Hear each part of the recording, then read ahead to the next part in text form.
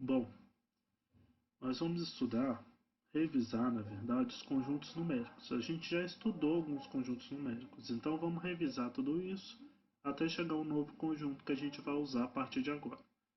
Então, o que são os conjuntos numéricos? A gente pode separar os números em grupos.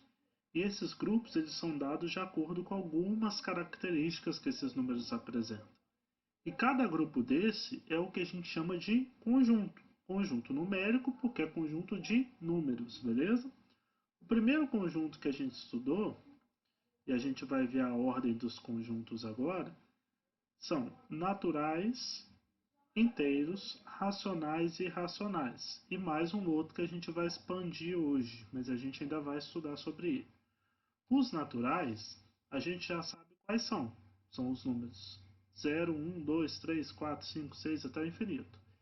E a gente tem algumas observações sobre esse conjunto. Primeiro, o zero não tem antecessor, mas todos eles têm sucessor. Todos os números têm quem vem depois. O menor número natural é o zero. Agora, o maior, a gente não sabe. Então, isso é importante definir, beleza? Depois, com a necessidade de usar número negativo, esse conjunto se expandiu e virou o conjunto dos números inteiros, que do zero, 1, 2, 3 para lá, a gente tem um conjunto dos números naturais. E antes do zero, os negativos, que foi essa inserção de números aí no conjunto, beleza? E o que a gente observa agora? Que todos os números têm quem vem antes e quem vem depois.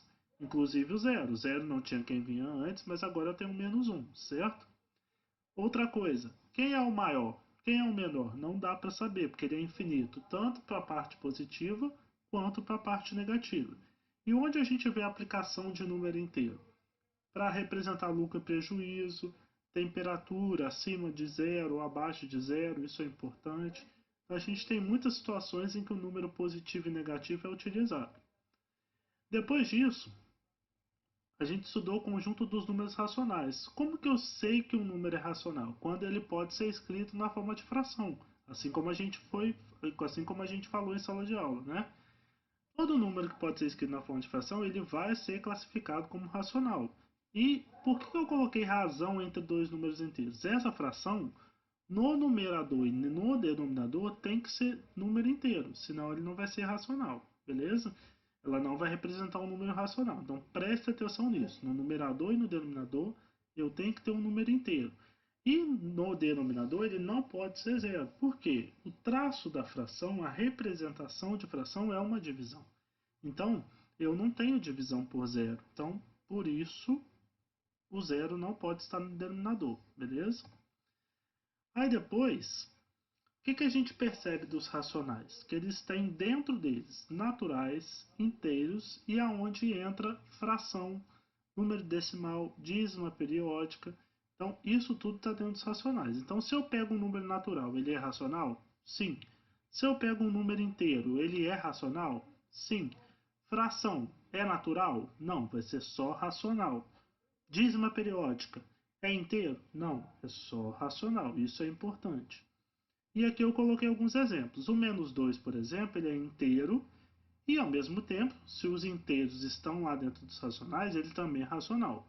Dízima periódica 0,888 não é natural, não é inteiro, é só racional. 356 está lá dentro dos naturais, então está dentro dos inteiros também e dentro dos racionais. 2 terços e menos 3 quintos, fração, não está dentro nem dos naturais e nem dos inteiros, só está dentro dos racionais, beleza? E a gente estudou na última aula os irracionais. Que são números irracionais? São aqueles que têm a representação decimal infinita e não periódica. A gente não consegue representar esse número na forma de fração. E foi aonde eu mostrei para vocês sobre o dilema dos pitagóricos, que foi onde eles descobriram a raiz de 2, que é o primeiro número irracional descoberto. E depois, com isso, foram ampliando esse conjunto, né? A gente viu como aproximar a raiz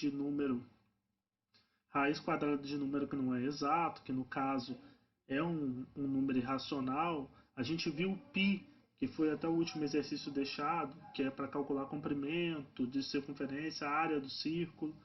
E aqui embaixo eu deixei o teorema de Pitágoras, que a gente lembra. A ao quadrado igual b ao quadrado mais c ao quadrado. Lembrando que o A é hipotenusa e eu identifico a hipotenusa olhando quem está oposto ao ângulo reto. Qual é o lado que está oposto ao ângulo reto. E a ordem dos catetos não vai alterar ali, beleza? Então, quando eu junto o conjunto dos racionais, que a gente já viu que são os naturais, os inteiros, as frações, os números decimais, as dízimas, com os irracionais, que são esses números que eu não consigo escrever na forma de fração, quando eu junto esses dois, eu formo um conjunto maior, que é o conjunto que a gente vai estudar a partir de agora. Conjunto dos números reais. Vocês já viram esse conjunto no oitavo ano, então é só uma revisão. Então, dentro do conjunto dos números reais, eu vou ter natural inteiro, que estão dentro dos racionais, então eu vou ter os racionais e os irracionais. E quando eu juntar esses dois no mesmo pacote, forma um conjunto só, que é o conjunto dos números reais. E como que a gente vai observar isso? Vamos olhar o diagrama. Primeira coisa que surgiu, natural. Então tá aí, o conjunto dos números naturais. Quando a gente amplia para os negativos, vem os números inteiros. Então, forma o conjunto dos números inteiros. Depois, ampliando esses números positivos e negativos, colocando fração, decimal, dízima periódica, a gente tem os racionais. E logo do lado, sem se misturar, vocês estão vendo aí que são partes separadas, a gente tem os irracionais, que são as raízes que não são exatas, os números com representação decimal infinita e não periódica, o π, que é um exemplo que a gente tem usado, mas a gente observa no diagrama que eles não se misturam. Porque ou o número é racional ou ele é irracional. Eu não consigo achar nada em comum entre racional e irracional. Não tem um número que seja racional e irracional ao mesmo tempo. E juntando os dois conjuntos, lá em cima tem um R, que representa os números reais. Juntando racional e irracional, a gente tem os números reais. Então, agora eu vou deixar um exercício para vocês. A gente já estudou em sala passar fração para decimal, decimal para fração, é, classificar o número natural, inteiro, racional, transformar a raiz, desculpa, achar a aproximação de raiz quadrada que não é exata. Então vocês vão fazer essa folha de exercício que eu vou deixar.